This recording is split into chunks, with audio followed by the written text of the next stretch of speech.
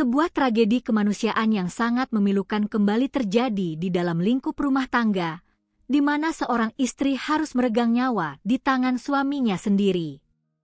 Masalah ekonomi dan tuntutan pemenuhan kebutuhan dasar anak menjelang tahun ajaran baru justru memicu emosi membabi buta dari seorang kepala keluarga.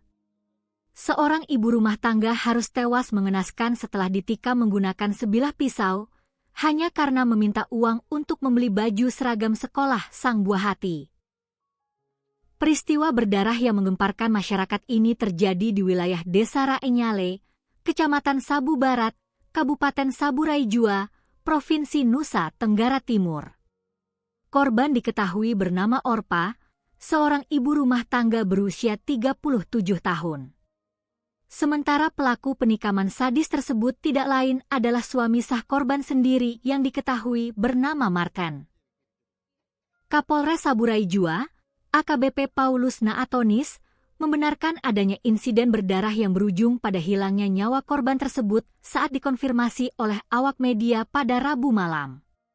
AKBP Paulus menjelaskan bahwa peristiwa mencekam itu terjadi pada Rabu dini hari, 10 Juni 2026, sekitar pukul 01.00 waktu Indonesia Tengah, bertempat di dalam rumah tinggal pasangan suami istri tersebut.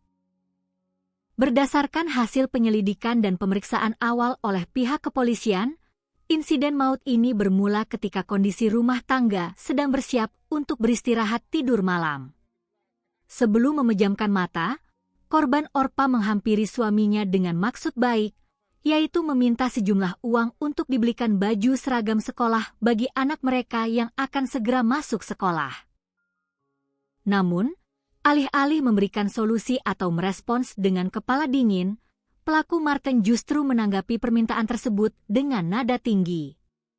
Sebuah tragedi kemanusiaan yang sangat memilukan kembali terjadi di dalam lingkup rumah tangga, di mana seorang istri harus meregang nyawa di tangan suaminya sendiri.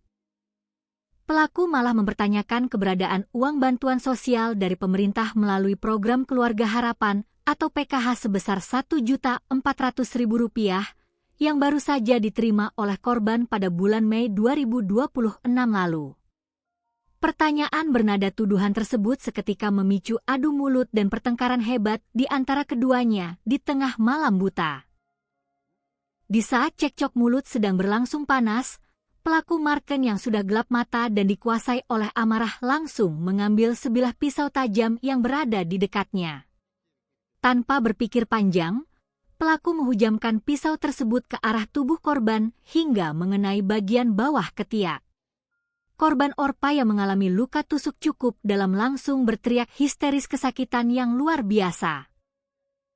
Suara teriakan pilu sang ibu di tengah malam ternyata didengar oleh anak mereka yang terbangun dari tidurnya. Melihat ibunya bersimbah darah, anak korban yang ketakutan langsung berlari kencang keluar rumah menuju ke kediaman tetangga sekitar untuk meminta pertolongan darurat. Mendengar laporan dari anak korban, sejumlah warga setempat langsung bergegas mendatangi lokasi kejadian untuk memberikan pertolongan. Namun, upaya penyelamatan warga sempat terhambat lantaran pelaku Martin masih berdiri di dekat korban sambil memegang pisau yang berlumuran darah, sehingga warga tidak berani langsung mendekat.